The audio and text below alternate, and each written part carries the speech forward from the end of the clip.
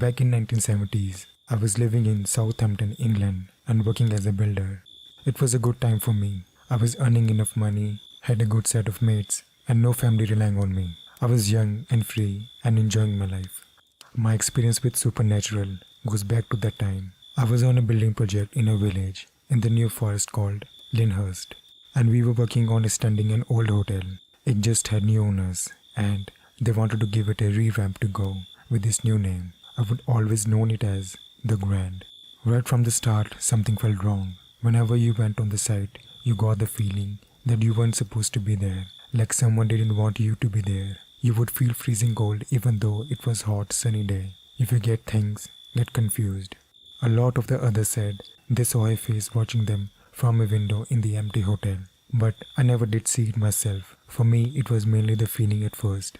The hotel is right on the high street, so it's in full view of whoever wants to look. Quite often, passerby would hang about and watch us work, and a lot of locals would make habit about it.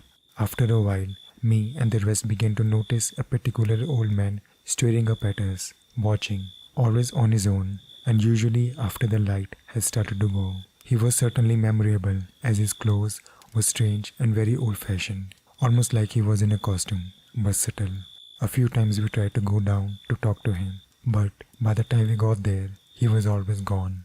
Anyway, it was when I was checking the electrics in an older part of the hotel that I had the encounter.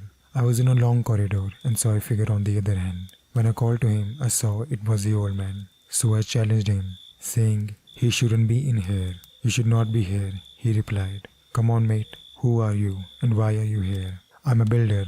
You have to go. I'm Duke and you have to go. At this point, I tried to touch him to urge him out. When I did, my whole arm went numb and ice cold. I got this sharp pain in my head and everything started to spinning. The man seemed to grow and his eyes got bigger and bigger until they filled everything. I woke up to a couple of other guys over me, asking if I was okay. It was an hour later and I had splitting headache. I got checked out by a doctor, but he couldn't explain it. When I eventually told some of the others about it, a couple of them told me about similar experience they had. About 20 years later, I came to the Lyndhurst Park Hotel to stay for a couple of nights on a weekend holiday to the New Forest. The feeling I had going in there was very strange. I had a restless night and couldn't sleep, so I got up to go and get a nightcap from the bar. I opened the door of my room, looked down the corridor, and standing at the end of it, just standing there watching me, was the old man. Exactly as he was 20 years ago. Backed off, back into my room, packed and left the night. I haven't been back to Lyndhurst since. I got talking to a local historian in the Hobbit pub in Southampton a couple of years ago.